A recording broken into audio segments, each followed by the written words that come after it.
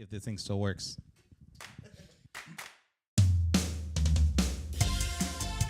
Welcome, everybody, to another edition of the Put Never Podcast, episode 39. Ooh. Where do we leave off? Shit. I'm going to look that up real quick because it's been a while, guys. Thanks for not unsubscribing, hopefully. Just 39. Through the holidays. Just enough. 39 wonderful episodes. Well, 38. This is 39. But thank you guys so much. Happy New Year. Happy Honda Days to everybody. Bobby, I know you're Jewish, so you celebrate Toyotathon. Yes. We don't judge you for that. That's awesome, actually. But you guys have a good New Year? Wait, before we get into any of that, I'm already bearing the lead. We have a guest today, folks. Hey. I'm your host, Andrew Gomez, a.k.a. The Mez, joined by, you know him, you love him. He's everybody's favorite uncle, the $100 man, Bobby Diaz. What's up, baby? And I didn't get it. Well, I think I can make up a name right now. Okay.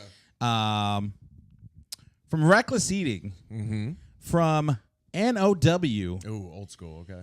Sean, what you gonna do, brother? Ton. Yeah. I like that one. Right? Hey, what's going on, everyone? Thanks for having me. Thanks for coming on. If you can, get the mic kind of. A tad bit closer. There it is. Is this better? No, that's way better for yeah. sure. A little Okay. bit, yeah. You got it.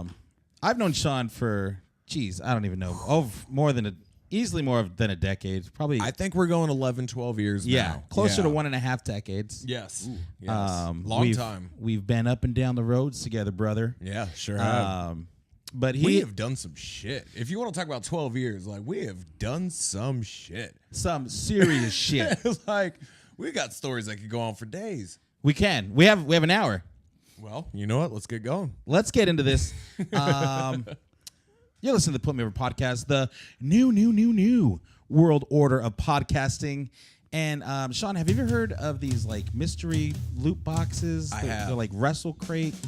I sure have. We actually are sponsored by one of them. You know what? I did know that. Congratulations on that. I think that's a wonderful partnership. It actually is because they actually have the greatest stuff I think you're going to find in any of these Wrestle Crates.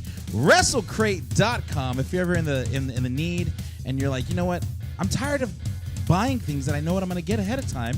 Why don't you subscribe to the WrestleCrate.com? Here's what's going to happen. You go to their website, right? You type in WrestleCrate.com in the search bar. You pull it up. You sign up for your first month with our promo code PUTMEOVER. You're going to type that into the discount code. It's going to give you 20%, and in turn, put you over. And you're going to enjoy 20% off your first crate. I think it's a great deal. Not only that, it works with lapelyeah.com. We also are partnered up with them too. If you've seen a wrestling pin, they've probably made it. This shirt is actually from Lapel Yeah. So Nice. Lapel Yeah /WrestleCrate. So you can use our promo code at either of those websites. Put me over. You're going to get 20% off your entire order. And I think it's a great deal. 20%. That's They got a damn good discount really right there. awesome shirt dropping tomorrow with their Royal Rumble. It looks For real? amazing. I haven't seen it. It looks awesome, dude. Well, they had a really cool Marty Scurll for October. okay. It was like it was Marty Scurll, and it was Haunted Mansion inspired, Oh. where he was like holding the hat box, from the Haunted Mansion. Yes. And it glowed in the dark on top of everything. Oh. So like it was dope. So you turn off the light, cool. and Marty's head would be inside the box with the beak. How creative. That's Yeah, cool. They're doing really cool shit. I wish I had that now, and I haven't even seen it yet. Well, you can go to the website, WrestleCrate.com, and you get put over by the website. Thank you guys so much for listening, downloading, subscribing, following us, telling your friends, telling your neighbors, telling your friends' neighbors. We're available on all platforms. Google Play, we fixed that issue. We're good Yes, there now. we're there. Spotify, Stitcher, wherever you can find your podcast, you can find us. Thank you so much for joining us. And with that said, let's get into the show, guys. Oh my God, we've taken a long break. We apologize. We had holidays. We had Honda Days. We had so much things going on, guys. And I'm sure you guys did too. You guys don't have time for a wrestling podcast. So, I hope you guys watched your wrestling and you kept up. If not, we're going to fill you in very quickly on what's happened on the past couple weeks of wrestling. A lot of news. So with that being said, let's get into some Drew's dirty news. Drew's.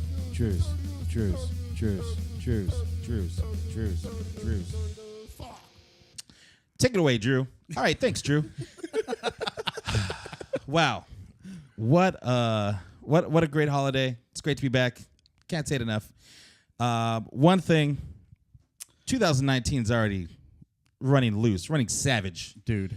We lost one of the greats. Dropping the L's. Ah, man, this one hurt. This was like Macho Man level status. Gene Okerlund, Mean Gene Okerlund, dies at the age of 76 years old. What more can we say about Mean Gene that hasn't been said already? He was the voice, literally the voice of a generation. Yeah, a golden definitely. era, if you will. 100%. And you don't see those Macho Man interviews. They're not as great without Gene Okerlund being there to play off him. I mean, not only Macho Man, but Hulk Hogan. Like, well, Mean Gene. Like that was the thing. That was what was said. You guys have any great memories from watching Gene do his thing? I think one of the most legendary ones, which they show it all the time, so it seems very out there to say it, but the Andre segment when he's holding his like fist up or his hand up to his head. Oh yeah, dude. Like before he covers it up. But that was one of those segments where Mean Gene's face, like his expressions were like he was still trying to keep business, but he was having so much fun because he had no idea what was going on. He made segments fun. He was a true professional with a legendary voice. Like his voice is just so like even in WCW, like still like held it down. I remember, the classic "fuck it," yeah, because they couldn't get the sign going right. Put that cigarette out is another one where after Ric Flair won the Royal Rumble in '92 for the title, they're celebrating. He's talking about it, and then I guess Gene sees one of the people behind the camera light up a cigarette, and he just yells, "Put that cigarette out!" And that's so professional, dude.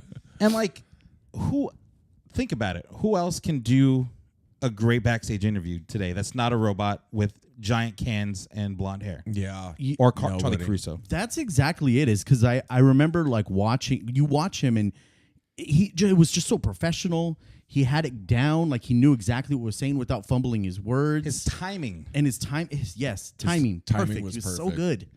And he made it seem like a big deal. Like when Ric Flair won the Rumble and got the belt, like I was just watching that. It felt like a big deal. He even said like the press is all here. Like the press wasn't there, but like he made it seem like it was a big deal. And like I don't know, no one else has that same.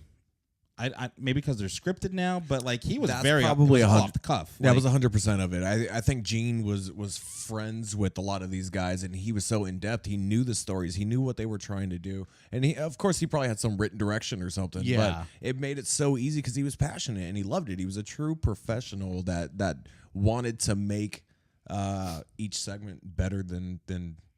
I guess what it would have been without him. His great was when the sign fell. Is this what $200 gets you? $200 an hour? Yeah. Look, rest in peace, Mean Gene. We're definitely gonna miss you. I mean, he was just on Raw not so long ago. Yeah, not too long ago. Yeah. I think AJ Styles like introduced him. It might have been the 25th anniversary of Raw. I think so. Yeah. So that's a big one. Starting the year off crazy. Yeah. Speaking of starting the year off crazy, we finally got the ending we finally found out what the timer was on Being the Elite. Sure did. Midnight came and it was announced All Elite Wrestling is a go. Ooh, this is official. This is hot. This is the hottest for the new year. Tony Khan, who is the owner of Fulham. Yeah, they're going to get relegated, but it's still a Premier League team. Yeah, it's still worth billions. I mean, it's no Manchester United, but it's still, Premier League. And his dad owns the Jacksonville Jaguars. So a lot of money. That is good company to do business with. Is here. Yeah. Cody Rhodes has actually signed the contract. He's the vice president of this shit. That's insane. And I'm sure he's going to still keep wrestling. Like, he's going to keep going with it. Oh, he is the game. Yeah. Oh, yeah, definitely. Easily. So what do you guys think? I have a lot to kind of say about how this affects WWE, and it's already sending ripples. Even before they announced it, I think WWE was bracing for this, and I'm excited. You know, we could get another Monday Night War. That's what I'm hoping for. I mean, they signed MNW 2.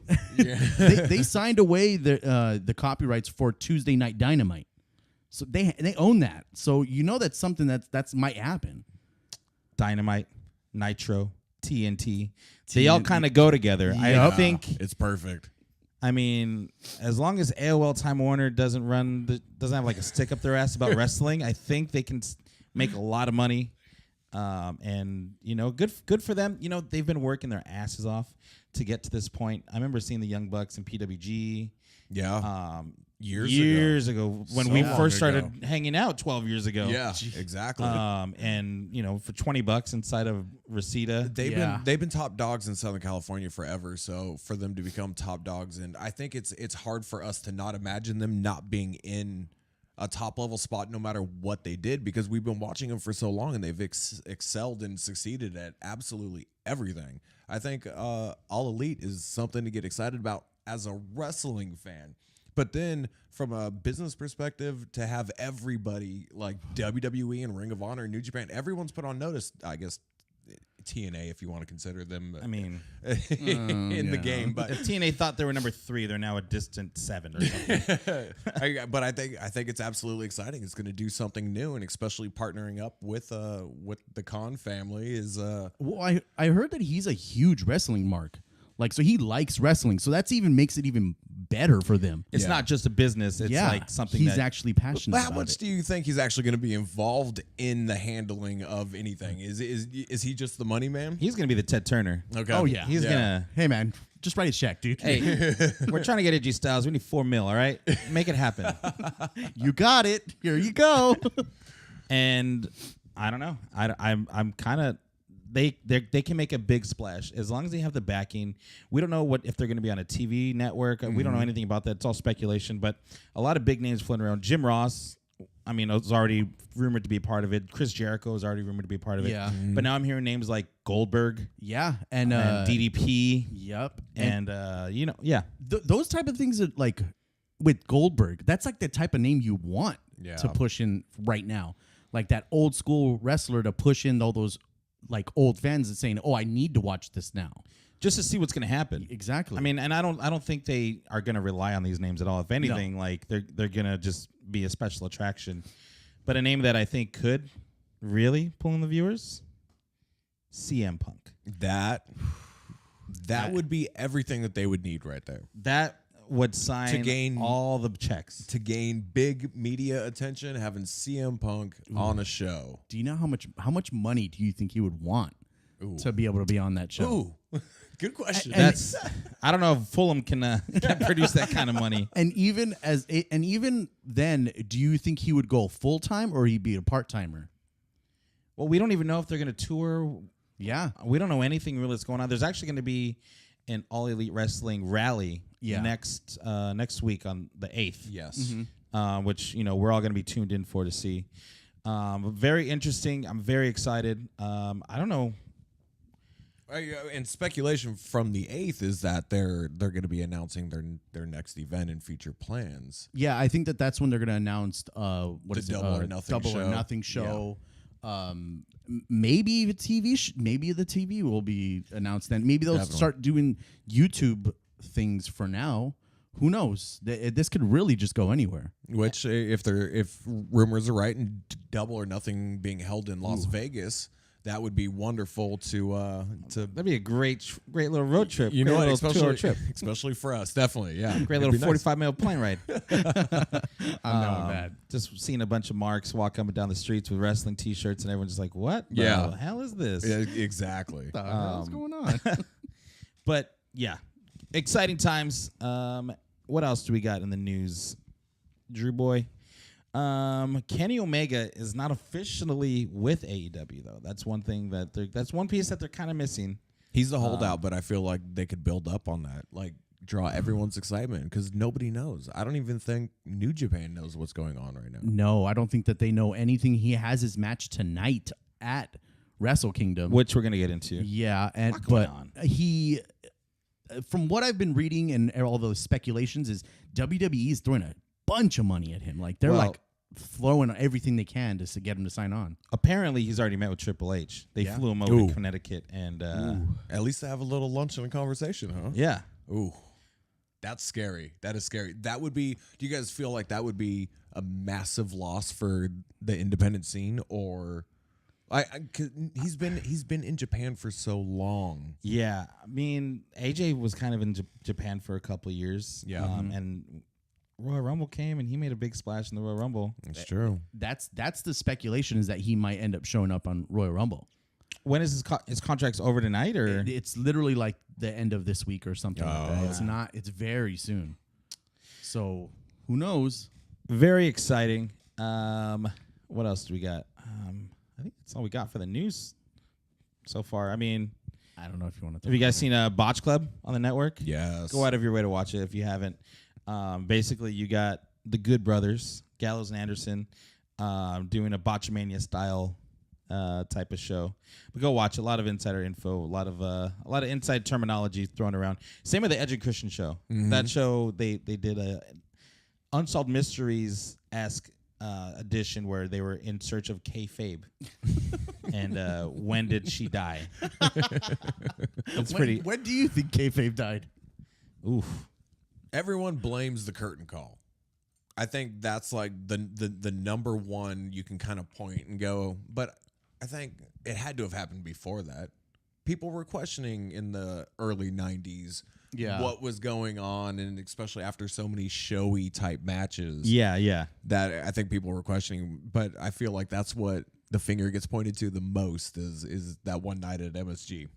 The curtain call, obvious. I mean, you have your biggest face, your biggest heel with your other two guys, Razor and Triple H. You guys watch the UFC 232? Yes. I missed that one. Cyborg undefeated, going against Amanda Nunes, who was also undefeated, right? Mm-hmm. I don't think she was undefeated. She basically was the one that retired Ronda Rousey. Okay. Oh, dude, Okay. that was a bad match. Like embarrassed her.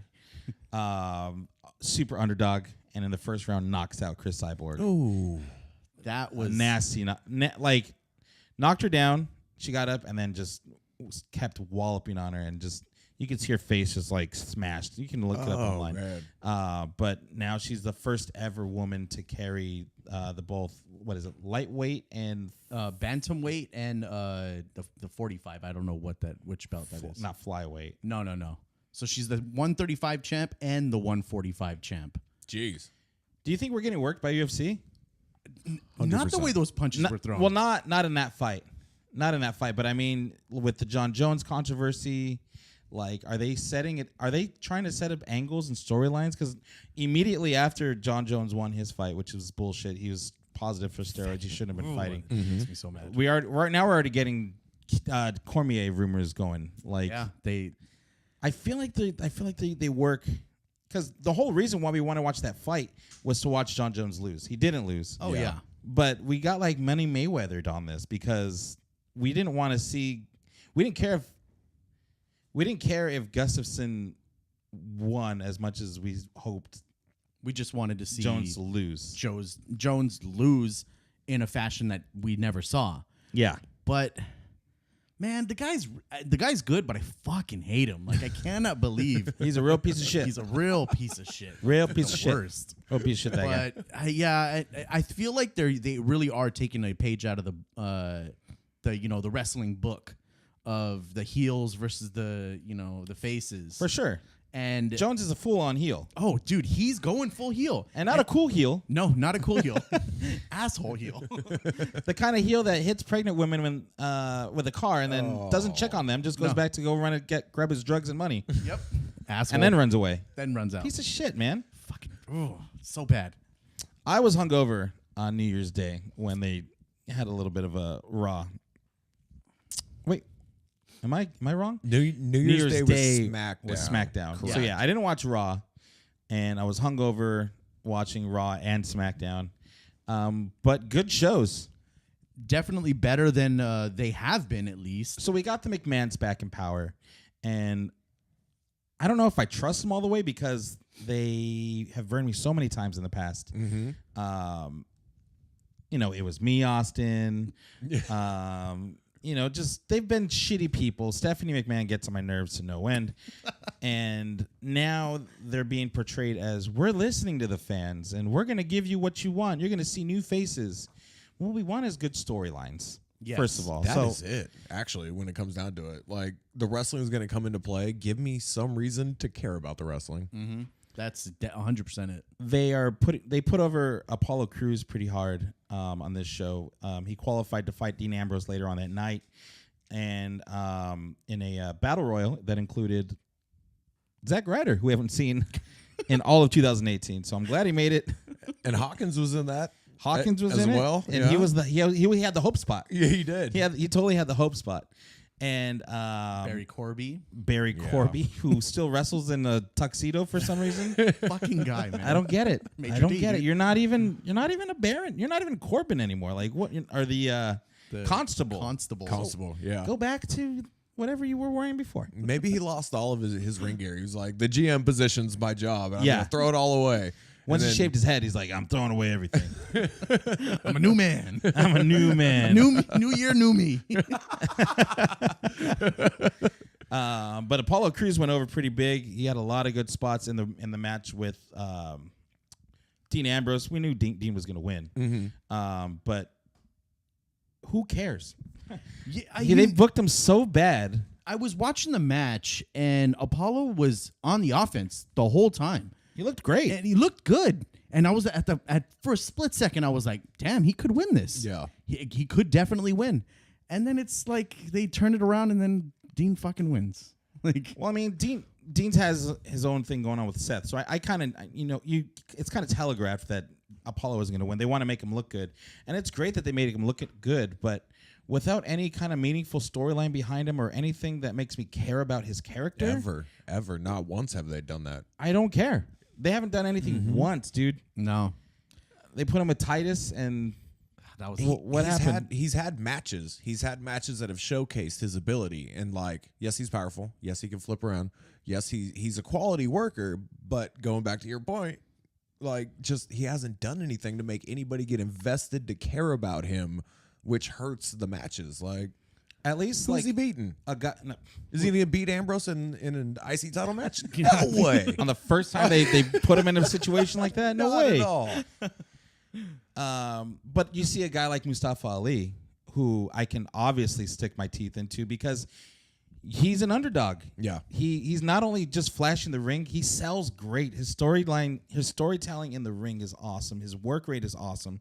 And I'm rooting for the guy because I know he came from 205. I know what he's capable of. And, now they have him feuding with Daniel Bryan. Like, that's Amazing. huge, man. Who do you think made the call on that? Daniel Bryan. 100%? 100%. You think he was like, this is who I want to work with? Yep. Absolutely. I mean, I would hope so because, I mean, him being the vet he is, you'd think he'd be like, hey, that's the guy. He's great. Let's put him against me. Let's make his story good because I think that people can get behind him. But to especially with my heel. It's hard to even imagine being able to convince Vince or the writers to even let that be a thing. Like, hey, let me pull some guy from 205 and let me have you're heavyweight champion, sir. We can't let you do that. Come on. But That's true. You have a point. but if they want to go in this new direction, they gotta cut. I personally hate 205. I don't watch it.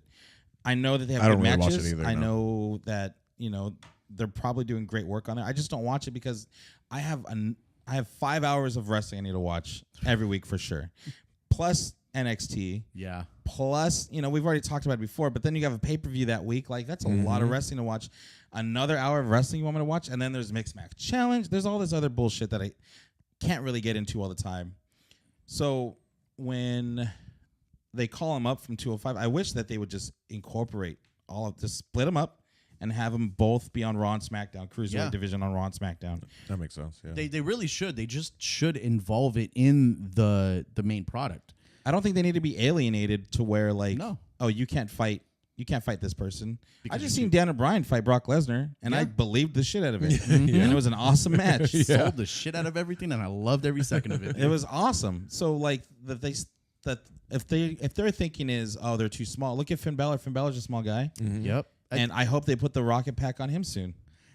That's the thing is like you see, I think there aren't very many big wrestlers right now. Like there's Braun and Corbin, and now there's gonna be Lars. Well, he's lost his last name, Sullivan, now, so he's just Lars. now. Well, I mean, they just keep saying Lars. That's it. They don't even say his That's last. so annoying. Like you can't chant that. You can't boo that. Like it's just Lars. He's Lars. Yeah. Like, I mean, like I guess like Lars, but that doesn't sound like fun. At least 3 syllables. Come on. Yeah. Sullivan. I could do that. But I mean, you see all the guys that are in NXT right now. They're tiny guys. Yeah. They're not big guys. You know, they're not huge. So I think they need to push away from the big guys, and the 205 need to stay where they're at because they're too small. Right. Dude, they're fine. Mix Just them put up. them in there. Just mix them up. Put it in there, man. It's good. Speaking of people that have kind of fell off, I am a huge Dolph Ziggler mark. Yes. Love Dolph Ziggler. Always. And he just got destroyed by a big man, Drew McIntyre. They had a cage match, like a 30-minute cage match in the beginning of Raw. It was really good too. It was really good. I was hooked from the second the cage started coming down. Yeah, I was like, wait, what? A cage match? What the kick hell's off going Raw. on over here, man? To start the show. New Year, New Raw, dude. Yeah. Which you can give me Drew McIntyre against someone that I'm invested in or that I care about. Drew McIntyre is amazing. If they take the route of putting him as the big man against some jobber or someone that I don't care about, I'm not going to care about Drew McIntyre. I'm not invested in him like that. But you give me a good match, you throw him in with Dolph Ziggler at any moment, I'll watch that any day of the week because especially they're both great. They're both awesome. The storyline that they've been, it's not just so. They didn't like each other last week, and now they're blowing it off in a cage match. Like this has actually been building for a long time. Yeah. But great match. But Drew McIntyre shows his dominance, and I want to see him versus Brock Lesnar at WrestleMania. That would be great. I'm sad to think of what would happen to him in that match, but I think it would be believable. He's shown that he's not afraid of the monsters. He went monster hunting for crying out loud against Braun Strowman, who was the monster at the time. Like, if anyone can step up, and if Vince doesn't want to go with like a Finn Balor versus Brock Lesnar, I think Drew McIntyre would be a great person to put in that spot. Well, he was Vince's chosen one at one point, wasn't he? Yeah, he was. Yeah. Hey, and he came back and he's proven his point. Like, well, they booked him like shit when the first go around, yeah. and like, oh, he's Scottish. We gotta put him in a Scottish flag, and we gotta make him really Scottish whiskey and go deeper with your accent. Make them hate you. You're an outsider, but you're the Intercontinental Champion, and you're the chosen one with big grapefruits. yes. So, you know what I mean? Like, it's just, I'm glad I think they finally saw the error in their ways. Oh yeah. But we've seen that. How quick can they screw that up, though? Ooh. So quickly. This is the thing is In record time. In record time. It's not even show night, but there could be screwing it up right now. Right now. Oh yeah, Vince is in his yellow legal pad like, what is all this crap? Apollo what? Who? No, we landed on the moon years ago. Now Sasha Banks. Let's make the tag division and the women's division. We got to talk about that too. Yes, we do need to talk about that. We have 6 women in our division. Let's make a tag team for them. They'll battle each other every week. Same 3 teams. 3-way matches. They would every week. Yeah, we'll get into that in a little bit, but that they did announce that Vince McMahon dressed up like Santa Claus. Yep. Which, I'll take that over like a Stephanie McMahon belittling all the women and be like, Mother Hen is here. Listen to what I have to say. I created women's wrestling. I created all of this. I started this revolution, not AJ, not Styles, Lee. Yeah. Yes. But I loved that spot where Ziggler was laying on the edge of the cage and he put the chair right there. And he went, bam! Dude, that looked like it. That looked like it sucked. That looked like it really hurt. It really sucked. Do you guys care about Bobby Lashley? No, not whatsoever. What can they do about this guy? I care about Bobby Lashley that he's getting Lio Rush into segments. Right. Like Leo Rush is a shit. I have no care about Bobby Lashley. Again, going back to his original run, I never cared about him then either. Like, but he tore it up in TNA. What changed? okay, but Lashley. Yeah. Lashley. He tore it up in TNA. Can you get that, Bob? Yeah. Oh yeah, no, He tore it up in TNA to TNA standards. Like, did you ever watch That's any of true. his matches? Nope. I did not. I've watched a few. I will go on record saying I did watch a few. I didn't watch every single match. I didn't tune into the show, but there have been a couple that I've tuned into, and he was Bobby Lashley that he's always been. So when everyone's like, "Oh my God, Bobby Lashley's the next big thing," and he's gonna take TNA to another level, you're still just Bobby Lashley. Yeah, I don't know. Headband Bobby Lashley, now black hat Bobby Lashley. Like, that's how you're gonna tell the variations of, like, he was wearing a colored headband this time. Now it was a dark headband. Now he's wearing a hat. Like, that's the generation of Bobby Lashley. And it's weird seeing wrestlers wear baseball hats. Yeah. I mean, John Cena did it, but like John Cena had like a whole ensemble that went with it, and like At sold least it put as your merch. logo on it. You're wearing like a basic black hat. Yeah, Like, at least put a logo on it. do something. Try and sell some merch, bro. Ultimate Warrior did it, and he looked like a jabron. Yeah. So I don't know. Wrestlers in baseball hats just looks weird to me, especially a blank baseball hat. It works for Cena. Everyone else should stay away. Yeah, exactly. And he just does he have glue on that headband to like make it stay on? Maybe. Because when it comes off, I feel like he's like, oh my god, what do I do? He lost I need his my headband. superpowers. Yeah, for sure. Juggernaut losing his helmet, dude. Where do I gotta go? They can see my no eyebrows. You know, sometimes I think that's what it is. He like has really like there's no eyebrows and he's like trying to cover them up. It looks like he pencils them in a little bit. There might be a little penciling. Maybe put some topics on his eyebrows. Sits down in the chair while Carmelo's getting her hair done, and he's just like, "Can you do my eyebrows, please?" I'm next, bitch. Your eyebrows are running. Natty, I'm next, okay? By the way. What else? Ronda Rousey and Natalya versus Nia Jax and Tamina. You're talking at the end of Raw after we watched McIntyre and Ziggler in a cage to open the show. So you gave us everything that we wanted in the first hour and no reason to tune into the third hour. Please keep watching. Please keep watching. That's all they had their fingers crossed. Just please keep watching. Please keep watching. Who cares? Dude, that was like nobody. that was like a roller coaster going up and up and up and up, and then it goes down, and then you hit the slow part right at the bottom. And then that's it. all right, ride's over. So, I mean, it's great that they think they know what we want, but I feel like they still don't have it dialed in quite yet. No. Yeah, I don't care for this Natty Ronda thing that they got going on. They don't. I mean, they obviously gonna go against each other. They have to. But do I care?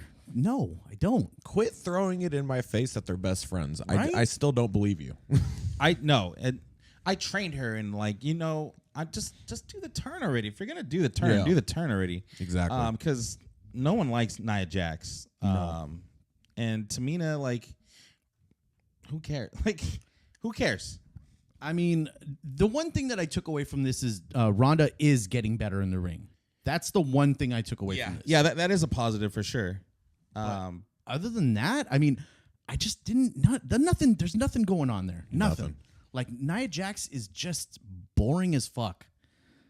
Like, I don't know. It's whatever, I guess. Yeah. And that's how that ended. Yeah. That was it. With a whimper, Raw went away. Yeah. We had some great matches on SmackDown. We had Samoa Joe versus Jeff Hardy. We also had my favorite part of the show was Big E in a diaper, sucking on a bottle. Oh no. I miss SmackDown. Why was that happening? He's Baby New Year. You know, like the New Day, when you think they ran out of ideas, they come up with some new stuff, and I fucking love it, man. Yeah, They're consistently good. They just. I feel like we trust you. Do whatever. Yeah. Just don't make us look dumb. And then you get the Big E in a diaper and a top hat. That's great. And a baby bottle. But Jeff Hardy and Samoa Joe, we've seen it before, but this was actually a good match. I didn't mind it at all. Yeah, it was good. I liked everything, the dynamic of it. They know each other's moves quite well, so everything was going pretty solid. Yeah, Jeff tried to get that hope spot at the end and was fighting to get back into the ring so he wouldn't get counted out. As soon as he got in the ring, Joe jumped all over him. Oh, no. Coquina clutch, match over. Done. Jeff went to sleep. And that was actually stoppage. No one quit. So they still keep Hardy looking strong.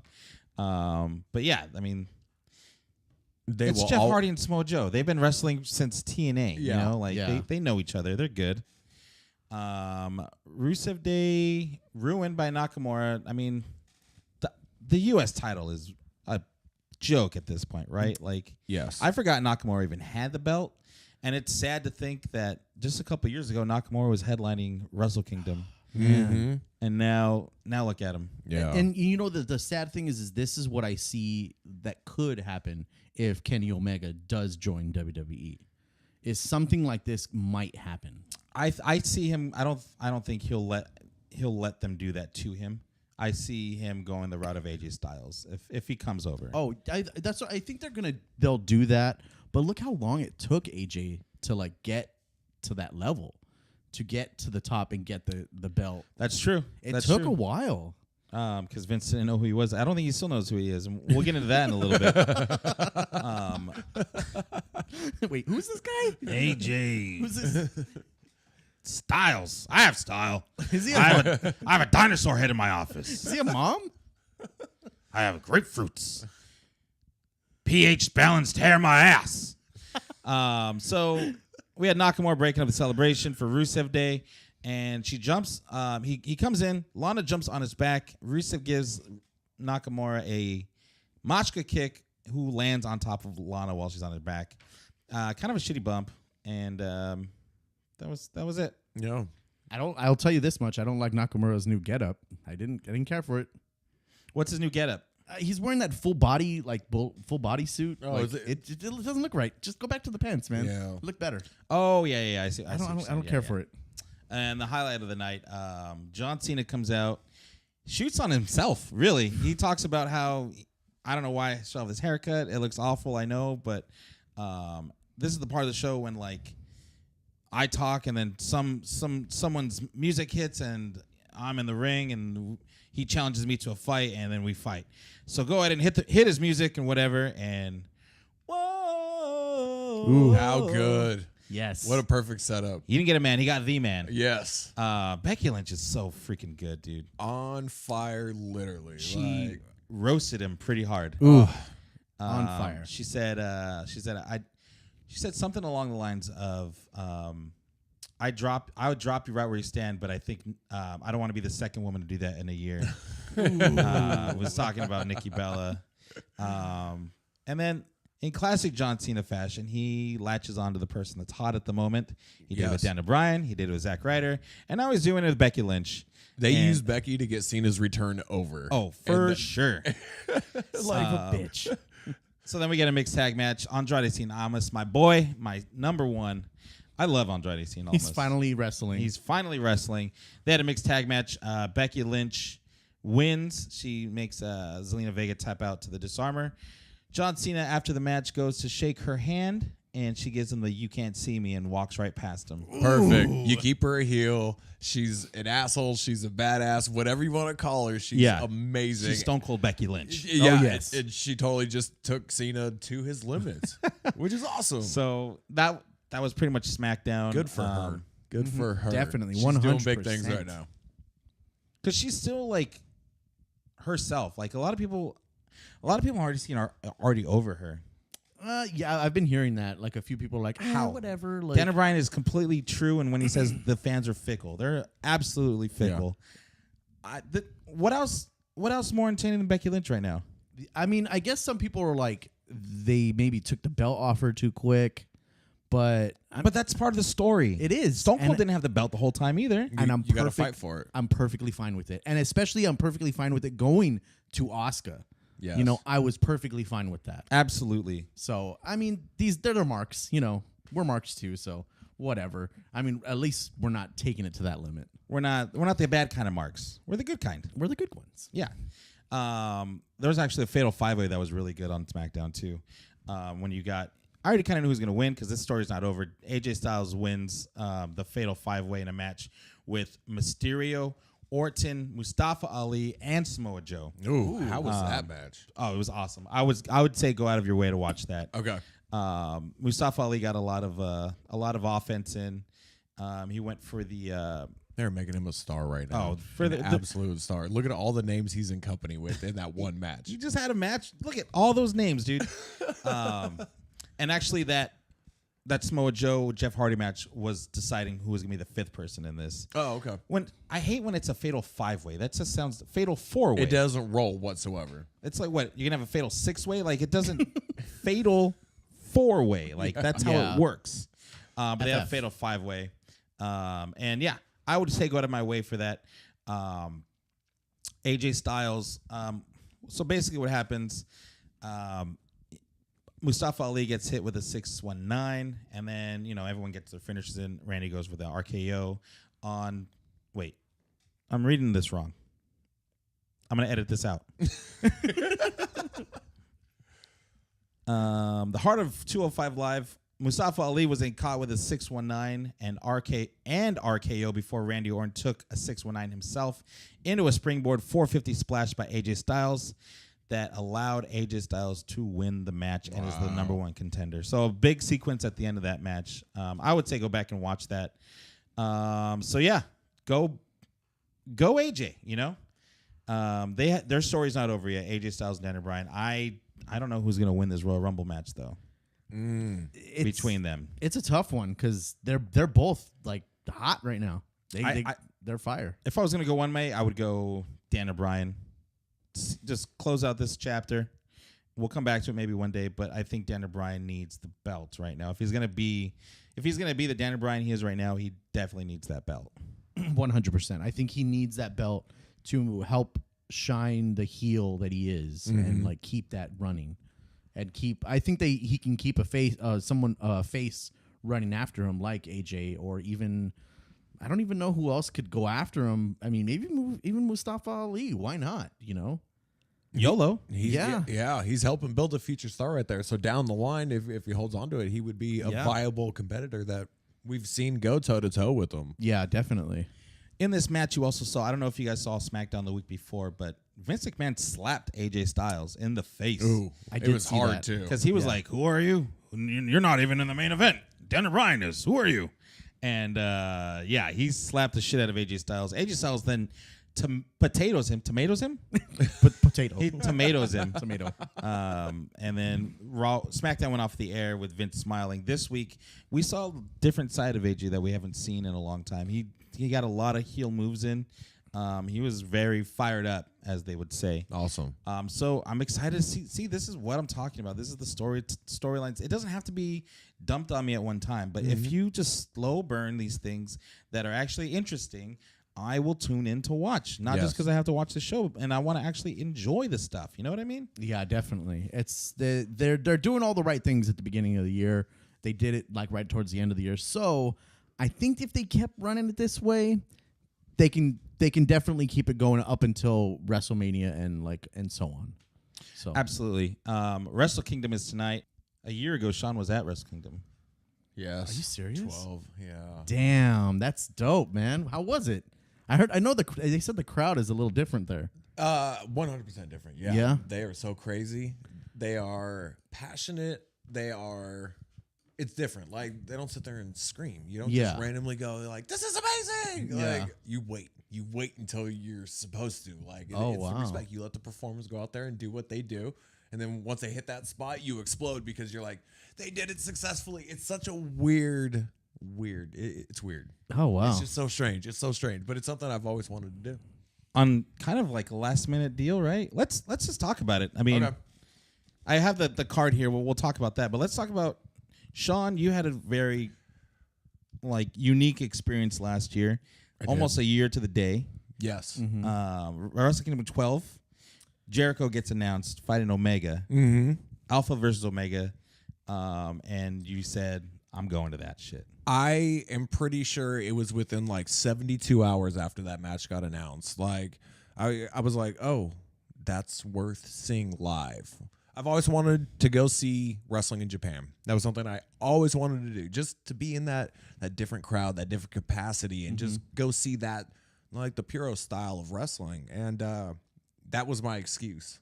Everything lined up. It was perfect. I think I had 5 weeks, 6 weeks or so. Yeah. And I was like, plane ticket, and was searching rooms, hotels. What's the best conversion for everything? Like, what do we do? And then let's just go. I would have been scared. I'm like, I'm gonna get killed. Going somewhere I've never been. I've never been here before. I don't speak the language. I'm gonna get killed. Yeah. Yakuza. You went by yourself? Solo. Oh, wow. I went solo. I left New Year's Day. My flight was like 7 o'clock in the morning, New Year's Day. It was like a 12-hour flight out there. Do you get claustrophobic and you know what? you just don't think about it? I totally get claustrophobic, and I walked up to the counter and I said, how much would it be? I had like the economy plus seating. I was like, how much would it be to get a first class seat? Oh, shit. Damn. And they were like, it'll be $230 something and change on top of what I've already paid. So you pay $200 right now. And I went, for 12 hours of my life, might be worth it. Yeah, I think so, yeah. I would 100% think so, dude. $200 on top of whatever the flight was originally. Yeah. Worth the investment. Really? Dude, to lay down. I was just like sitting there editing, had my own little thing. You get the ladies walking up, bringing you teas and sushi and like all this shit. Like, I was out of place beyond my means. Everyone's in like suits and ties and stuff. And You're there like with a Bullet Club shirt. yeah, like. I was sitting there. I'm like, too sweet me as I'm walking down the Dude, that's you have to go to the bathroom if they walk by. All the other peons are just too sweeting everyone. And you go back to first class. But it was worth it. It made that 12-hour journey, which was the longest flight I have ever had. It was one straight flight. 12 hours is a long 12 hours is a long time, and especially being in just a metal tube thousands of feet above the sky. Like, I couldn't imagine. I've got a bad back, bad neck, and stuff like that. So to sit in like a little airplane seat, like in economy. Probably a middle seat, too. That would have killed me. It would have ruined my trip because, like, imagine getting to your vacation destination and being like, fuck, my body hurts. Like, I don't want. I want to sleep for 5 hours. Yeah. I walked like 50 some odd miles, like 52 miles in 8 days, just walking around Japan, just as much as I could. Just as soon as my eyes would open, like jet lag screwed me up one day. But like the first day I got there, I was like, I'm here. Let's go. And it's nighttime. It's like 2 o'clock in the morning, and I'm just walking empty streets everywhere, just like trying to get my. Cool, it was amazing. And then Wrestle Kingdom every year gets held at the Tokyo Dome. The Tokyo Dome is a legendary for sports in general, not just New Japan and wrestling, but Sports entertainment. Yeah, sports entertainment. But we're talking about the Tokyo Dome, and I wanted to see that building. I wanted to watch wrestling in that building, and everything lined up, and I went to Wrestle Kingdom 12, and it was wonderful. It was such a cool experience. Awesome. I got lucky. So when you go onto the New Japan website and you go to buy your tickets, even with the English translations and stuff, they have Arena A, Arena B, Arena C, Arena D. You buy your ticket in like a block. Like, oh, I want Arena. I didn't know what the fuck I was buying. Yeah. I was like, Arena A sold out. Let's go Arena B. Yeah. Right? Were the tickets expensive? It was like $125 American. So our US for the ticket that I bought was like $125. And that was that close up, like. I ended up getting my ticket, and I'm standing in line, and they've got like the Tokyo Dome has an entire city built around it, theme park, and like all this stuff's happening. Oh, wow. It. I got my ticket in the mail. They sent it previously to me leaving, and I was actually sitting there watching the mail before my flight to Japan going, I hope my ticket shows up. I hope my ticket shows up. Like, what would I do? It's not like I can go over there and have a conversation and be like, so my ticket didn't show up. But I need to speak to your manager. yeah, exactly. So I ended up having this ticket come. It's all in Japanese, and I walk up. Going through Japan, a lot of people do have small English skills and stuff, so I'm the asshole that goes there not speaking any Japanese other than like hello and thank you and like goodbye. That's, Konnichiwa. As long as I can get like that, everyone else was able to work with me. Like, oh, I want this. In Japan, when you walk up, instead of having a menu up on a board like we do, everything's in front of the counter. So I could literally go, this please. Not knowing what the fuck I'm ordering. Yeah. Oh, I would die. It's a bowl of noodles with some meat, and like, I'll eat that. Sure, why not? Right? I would be like, no onions, no egg. Is that octopus? I was like, I don't even know half the shit that I ate there. Like, I was just, I'll take this, I'll take that. When you walk up to a McDonald's or a Taco Bell or something like that, like, you can kind of figure out what you're eating. But when you walk in a bowl of rice and some meat, I'm like, is that? What kind of meat is that? Yeah, you Or don't is it chicken? don't even know. But Bulgogi, brother. once I got to the Tokyo Dome, I had trouble in the sense of I couldn't find anyone that spoke English. Yeah. So I walked in and there was like the gimmick booths were right up front. So I went and got like my Bullet Club scarf because it was like it maxed out at 42 degrees Fahrenheit out there. So I was cold, man. So I was like, I'll take a Jesus scarf. Christ. That's in 8 days. That was the highest temperature. So I was freezing the entire time. I did not bring enough layers of things to keep me warm.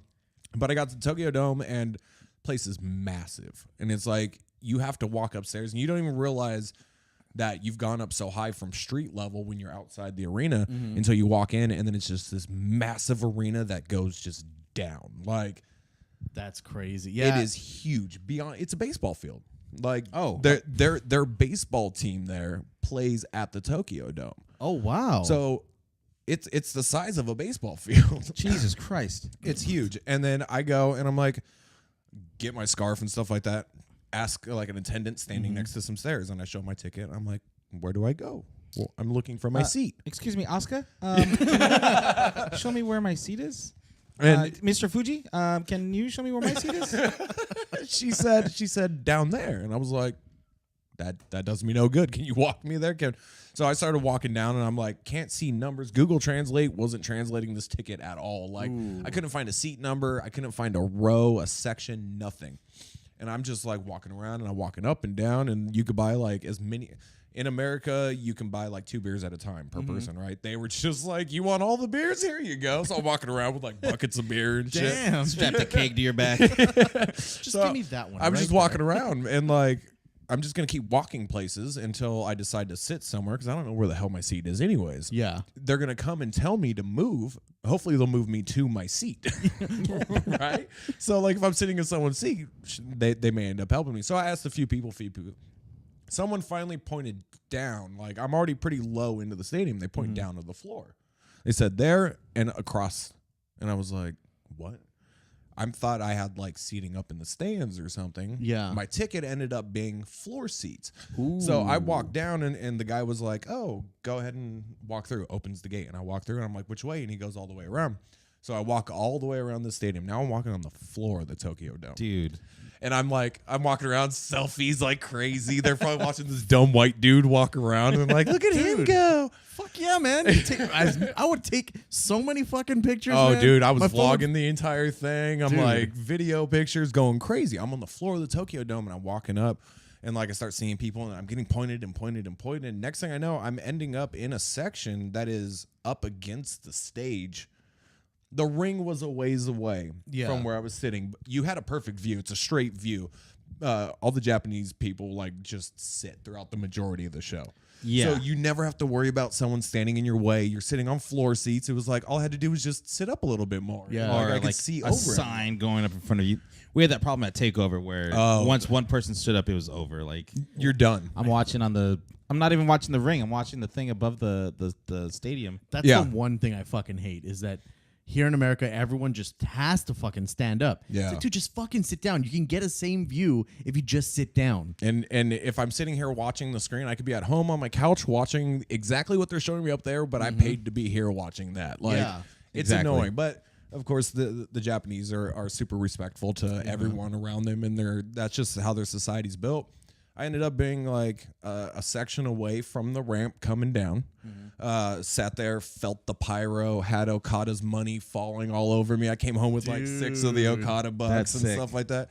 It ended up being for $125. Look, like I've spent way more than that on Mania tickets. That's like $1,000 ticket, right? And for had Mania. shitty seats at Mania. Like I spent $300 on tickets to Houston, and it was like we're fucking at the back of the football field, kind of like on some risers. You can't see like much, but like it's there at least, right? I can hear the music. Like that stadium was huge. These ended up being great seats.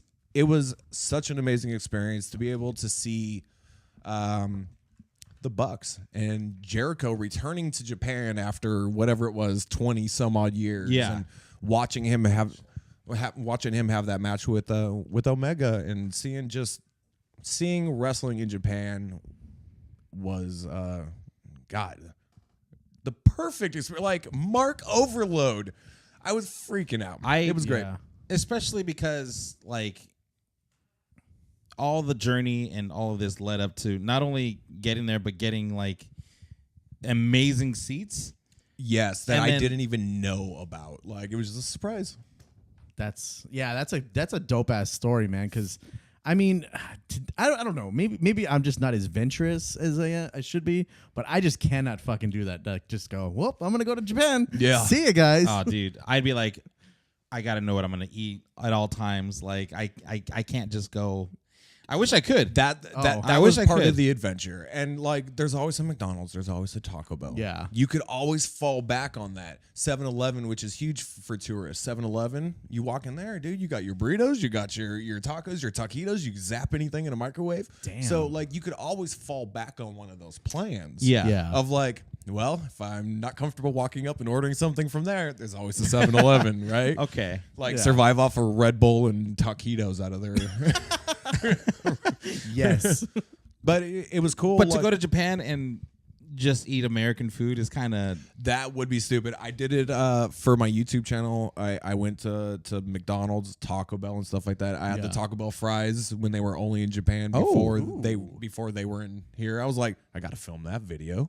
Like Taco Bell fries in Japan. When everyone in America is like going, Taco Bell fries. I'm like, what? That's cool. For the people that don't know who you are, yes. Go ahead and give yourself a little plug-a-rini. Ooh, I'm on YouTube. My personal pet project that I love and I'm gonna promote here is my vlog. So it's just my life that I filmed and put out on YouTube over the past year and a half, going on 2 years, I think it is. YouTube.com/Sean Brotherton, SEAN, and then his brother TON. Which is easy. It's a lot of fucking words. Or letters. I said words. Letters. It's a lot of fucking letters. It's a lot of letters, but it's pretty easy.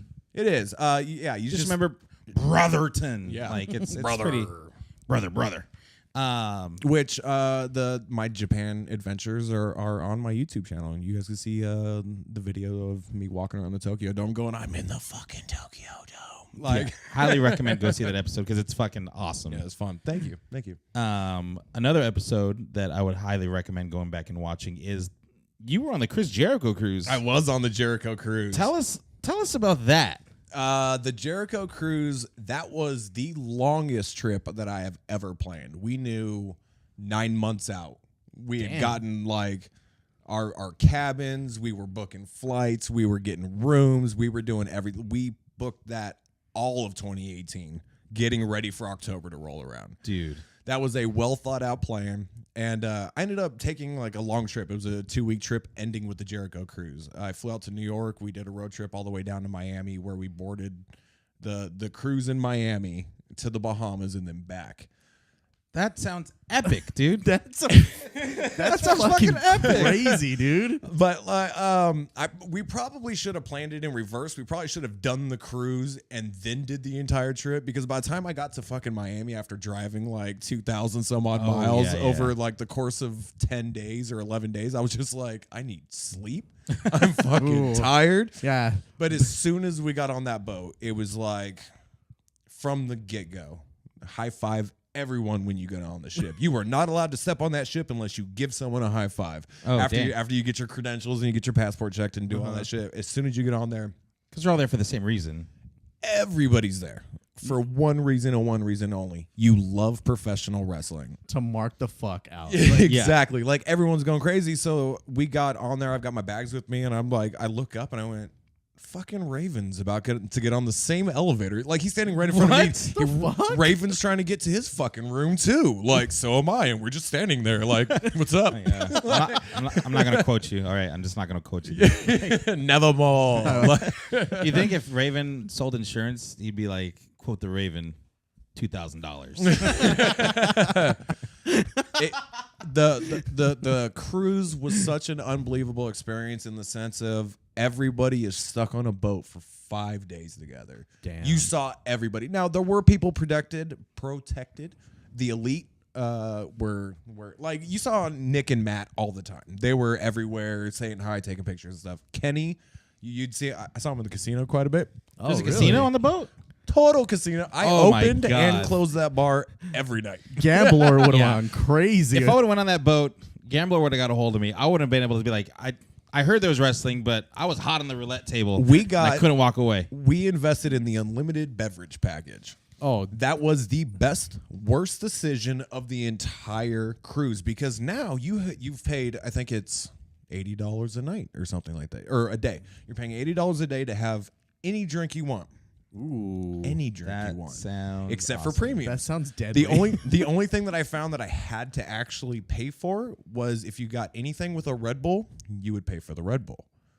But if you're getting Coke or a juice or something with your cocktail, like a Jack and Coke or a vodka cranberry or whatever it is, Dude. completely covered. So now I'm like, well, I got to drink $80 worth of shit today. Well, I mean, I mean, you kind of have to.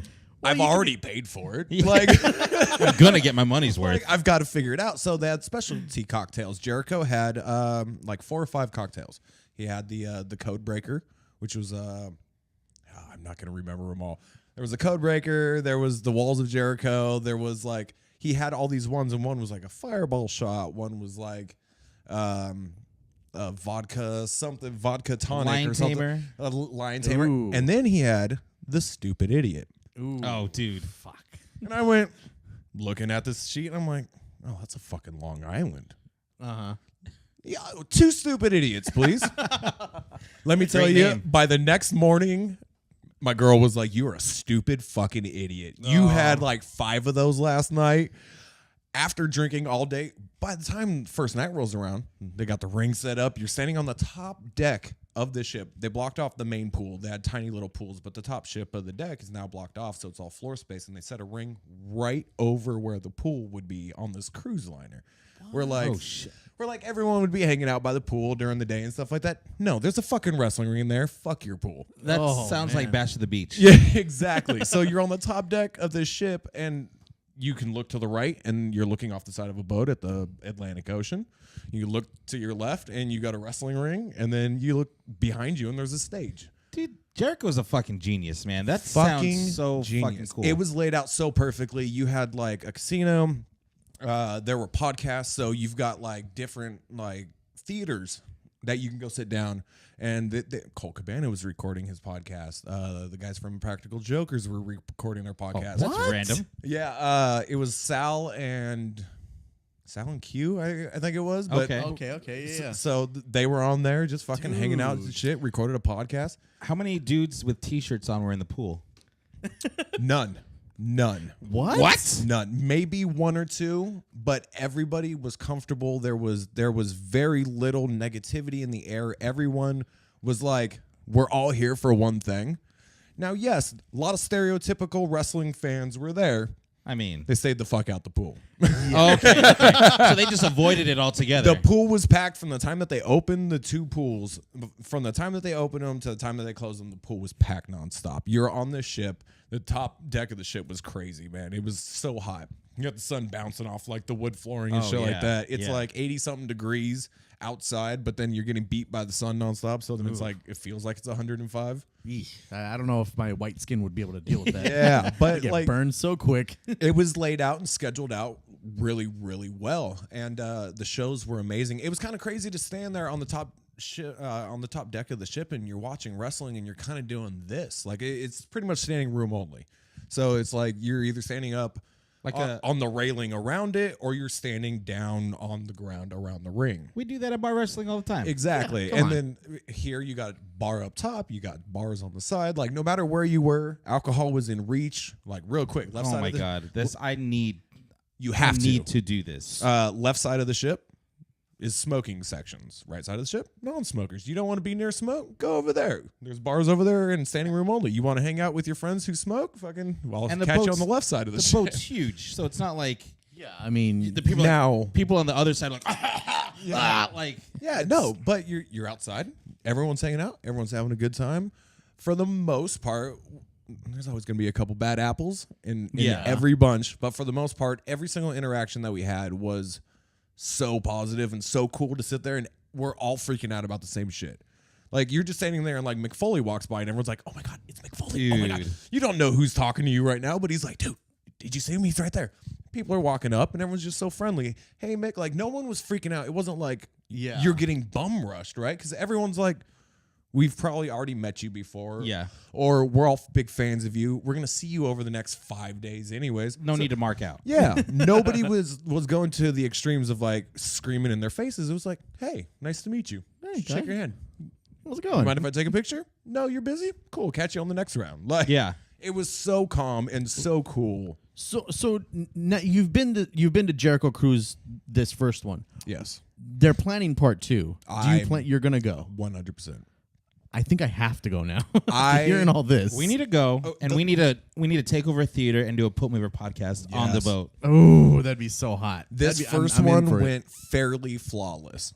Oh. Pretty flawless. Timings, like from the time that the Jericho show was going on to the time that the fucking, I almost call them strippers. They were dancers. They kept their clothes on, but whatever dance group that they had there, like all the concerts, all the podcasts, everything was on a perfect schedule. Oh, plus you had Fozzy playing. Fozzy played like 2 or 3 times. They opened up the cruise. Like they gathered everyone outside, had like the welcome toast, and then fucking Fozzy played for an hour, followed up by Ring of Honor for an hour, which was then about dinner time. So there was a couple hours off, followed up by like 3 more hours of Ring of Honor, and it was like, oh, okay, this show's done. Let's go grab some food. Let's go change, go fucking regroup and shit. And then when we come back, there's gonna be about 3 hours of wrestling and 4 hours of concerts and unlimited drinks everywhere. Oh my god, that sounds like a dream, dude. It sounds fucking. I'm going. dead. I'm going. I don't care. I'm going. I would have to take a week to go to that, and then take another week just to recover it. Oh, for sure. Oh yeah, absolutely. Like it was 5 days of just nonstop. Like 10 a.m. the bar's open. 10:01 I was there. Like every fucking single great. day. Dude. It was great. It was a wonderful experience. I feel like the second one, it's going to be interesting to see how the second one is going to differ from the first one. Yeah. We're not going to have the same star power. I'm assuming. Well, maybe unless they or strike a maybe deal not. with All Elite. Yeah, you're right. You're but right. I'm thinking more in the sense of like, hopefully in the second one, not everyone's corridored into their like the 13th floor, 14th floor, whichever the top floor was all private decks and stuff. So Okay. you got a key. That's where Cody and that's where DDP and that's where everyone was. Oh yeah, DDP Yoga on the ship. I finally got to do DDPY with DDP himself. shit. Damn. I got my ass kicked, and I've been doing that shit for a while. He fucking murdered us all. Like, Oh my god, that I was sounds jello awesome, though. legs, and I'm walking up and down like the flight of stairs in the ship, and Yeah. like you're walking up and down, and you see everyone just like struggling. You're like, you did it. You did it. You joined. You're one of us. So yeah, no, it was excellent. That's an Highly recommended if you're even thinking about going to the second Chris Jericho cruise. Which yes, Yes. If hands down, I have if to go you're now. even possibly thinking about it, Just do it. just fucking do it. That is all it comes down to. Grab a couple buddies, go in, or grab your girl, go in on a cabin, get one without. I got no porthole window, I don't no wanna see that nothing. shit. Like I don't want to see the water. no, not whatsoever. But Put that money Doesn't towards matter. the drinks. you're not even in your room. You're not even in your room. Really? You're there to sleep. There's too much going on. There's too much going on. And then That's when there's true. nothing going on, you have too many people that you could be hanging out with. Experiences to be made, memories to be had, and everyone's there for the same reason. This is why Sean is the shit. He just fucking does the shit. You know, like you went to Wrestle Kingdom, By all yourself. in. Wrestle Kingdom, then WrestleMania, WrestleMania, then all in, then all in. then the Jericho Cruise. What's Yes. next for Sean Brotherton? Wrestling wise, I don't know. All in too, in Vegas. I'll definitely be there. Chris Jericho Cruise 2. I'm not doing another Mania until something like really draws me to it. I went to Yeah. New Orleans, had a great time. I absolutely loved the entire New Orleans WrestleMania trip. 30, what do we have? 33? 33. So I think I don't know. 4. 34. I think it was 34. 34. Whatever this last Mania was. They don't put numbers on them anymore. Yeah, it's just That's Mania. true. Bullshit. Yeah. So the experience was better than the Mania. Okay. The Yeah. city, the time, being on Bourbon Street with nothing but wrestling fans, that was fun. But then I spent 12 hours at damn it. WrestleMania at the pre-show and everything else, pre-kickoff concerts and all the shit. By the end of WrestleMania, I was just like, I don't even know if I had a great time. Daniel Bryan was great. Seeing Undertaker was great. all these things were great, but it wasn't a great Mania. And I was like, I spent a lot of money to come to this Mania, and I would have been better off hanging out in the city around Mania. Yeah. So something like... So like a VidCon kind of situation. exactly like what we do at VidCon. Yes, we're going to hang out near it. But yeah, all these other shows, All In, and everything else, the Jericho Cruise, that's worth the time, the money, the experience, and it's great. Definitely had to do that. Well, God damn it. We're at the 1 hour and 10-minute mark. Ooh. We went over a little bit. I rambled a little bit. Sorry, No, guys. it's fine. My problem is we have so much that we didn't cover Tons. that you need to come back on the show again. Let's do it. You have to. I mean, at this point, If you guys want me back, if the listeners want to hear me, make sure to tweet, put me over podcast, Instagram, message him, and we can set something but up. also reach out to Sean. Make sure you go to his Instagram, his Twitter. It's going to be in the YouTube video, which our card is full right now, so it's just going to be a logo for the last little bit of the time. That's perfect. But what's your Instagram, Twitter, all that good stuff? Instagram, Twitter, everything's the same. Sean M. Brotherton. M as in Mike. As in Michael. As in Mike the Miz. I am Sean Michael Brotherton. Yes. Shawn Michaels. Shawn Shawn Michaels. Michaels. Yeah. Versus. So yeah, Sean M. Brotherton. You can just Instagram, Twitter. Do you know Shawn everywhere. Michaels blocked me on Twitter? How the fuck did that happen? I don't even know. What could you have possibly done to HBK himself that he would have been like, no, not this one? I think there was one tweet that I sent out. Oh, God. And it was a total joke. And it wasn't meant to be blocked. Like, it wasn't supposed to get me in trouble. Yeah. All I did was say, I was watching, it was years ago. I was watching the Bret Hart versus Shawn Michaels Greatest Rivalries DVD, and they were talking about it. And I noticed Shawn Michaels says, a lot. Okay. So, we're in the ring, and Earl Hebner's going to the match with me, and I see Bret, and he's just, he wants me to go over the match, and so I was watching it. I was like, I tweeted out, I'm going to take a shot for every time Shawn Michaels, and I tagged Shawn Michaels. Every time he says, I'm going to take a shot. I don't think I'm going to live anymore. Oh, no. And I think that's what got me blocked. Wow. See ya. That's funny that he would take offense to that, I guess. Like, Why is he so self-conscious about it? come on, Short man. fuse, man. Short Yeah. fuse. Well, joke's on him. I have other Twitter accounts, so it doesn't matter.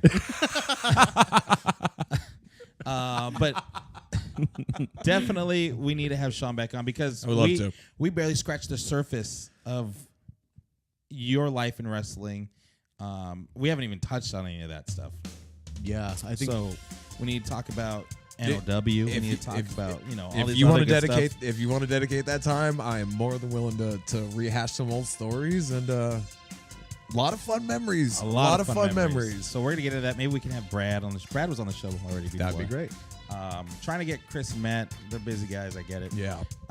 But until I think of a better outro, Yes. we'll see you guys next time.